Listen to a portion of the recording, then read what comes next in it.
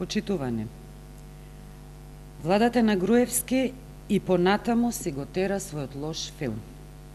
Се снимаат спотови, се прават кампањи и реклами, за кои се трошат огромни суми на народни пари.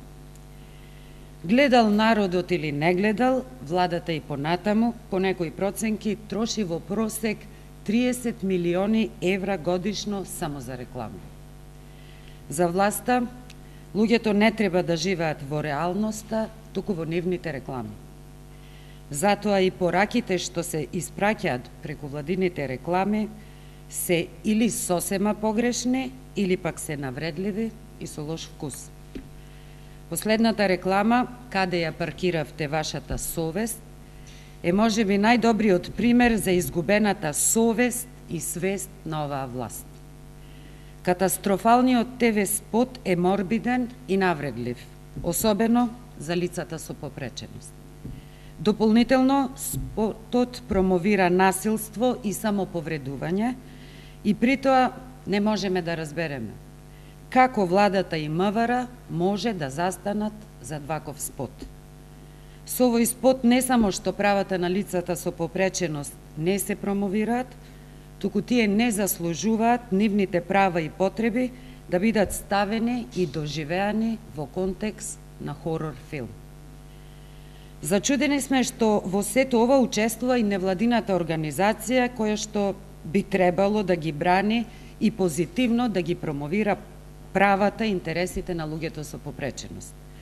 Се поставува прашањето како е можно невладината да ја поддржува оваа навредлива реклама и кои се нејзините вистински цели и интереси. На владата не е прв пат да испраќа погрешни пораки, а нејзините скапи реклами да завршат како дебакал и промашена инвестиција. Кампањата против дрога и серијалот на скапи реклами беа забранети од страна на Советот за радиодифузија за да ги заштитат токму оние на кои кампањата им беше наменета. Владата на Груевски произведува и понатаму скапи реклами, агресивни по својата содржина, без никаков ефект. Но на владата тоа не е важно. Власта, заробена во сопствениот рекламен филм, мисли само како да потроши повеќе пари, да влијае врз медиумите и да ја фалсификува реалност. Граѓаните тој скап, лажен, морбиден филм повеќе не сакаат да го гледаат.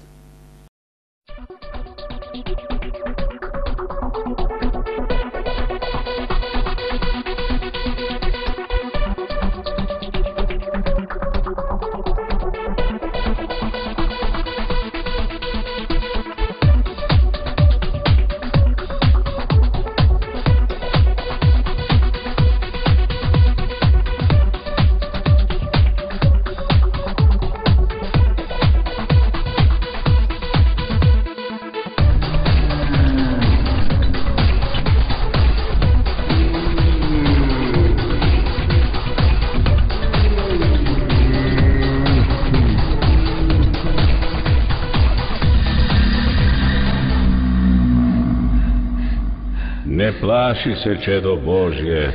Во Македонија се уште нема паркинг места за хендикепирани.